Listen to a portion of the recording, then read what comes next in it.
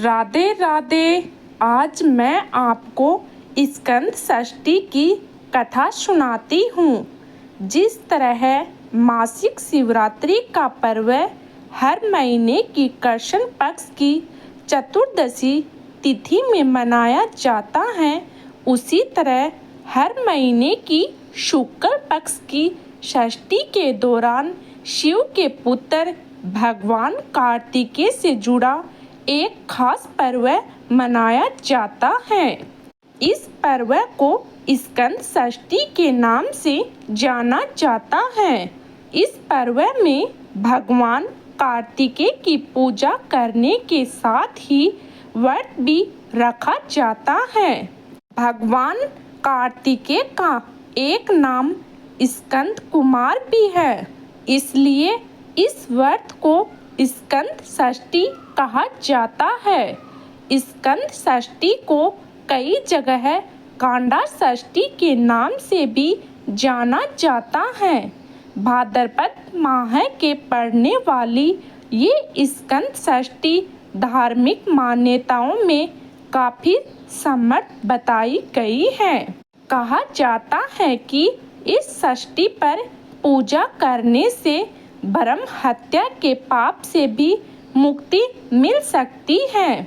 स्कंद पुराण में वर्णित एक कथा के अनुसार शुक्ल पक्ष की षष्ठी तिथि में ही भगवान कार्तिकेय का जन्म हुआ था, जिन्होंने तारकासुर नाम के दैत्य का वध किया था। इसी उपलक्ष्य में स्कंद षष्ठी का पर्व मनाया जाता है।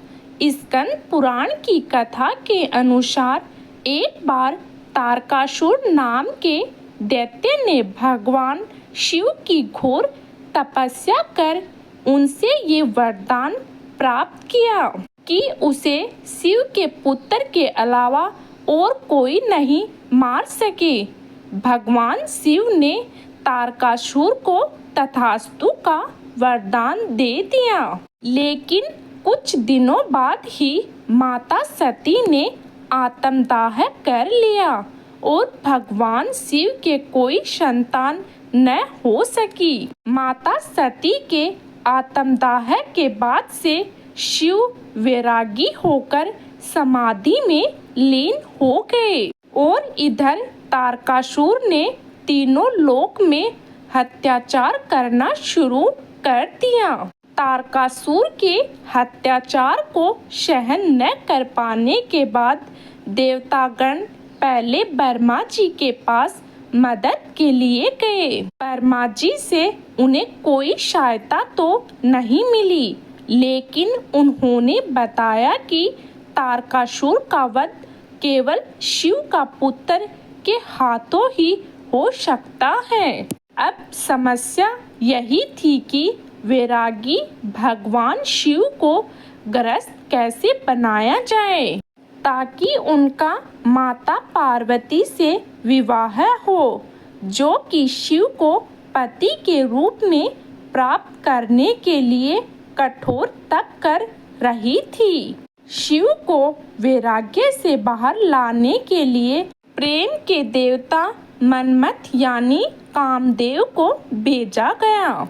मन्मथ ने शिव पर अपने पुष्प बाण चलाए ताकि उनमें तीव्र यौन भावनाएं उत्पन्न हो। छले जाने पर क्रोधित शिव ने अपनी तीसरी आंख खोली, जिससे प्रेम के देवता वशम हो गए।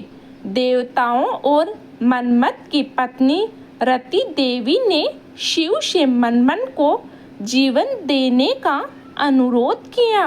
शिव शांत हुए और रति की बात मानकर मन्मथ को बिना शरीर के जीवित कर दिया और अपनी सभी शक्ति और क्षमताओं से प्रसन्न एक बच्चे को जन्म देने के लिए माता पार्वती से विवाह करने के लिए तैयार हो गए।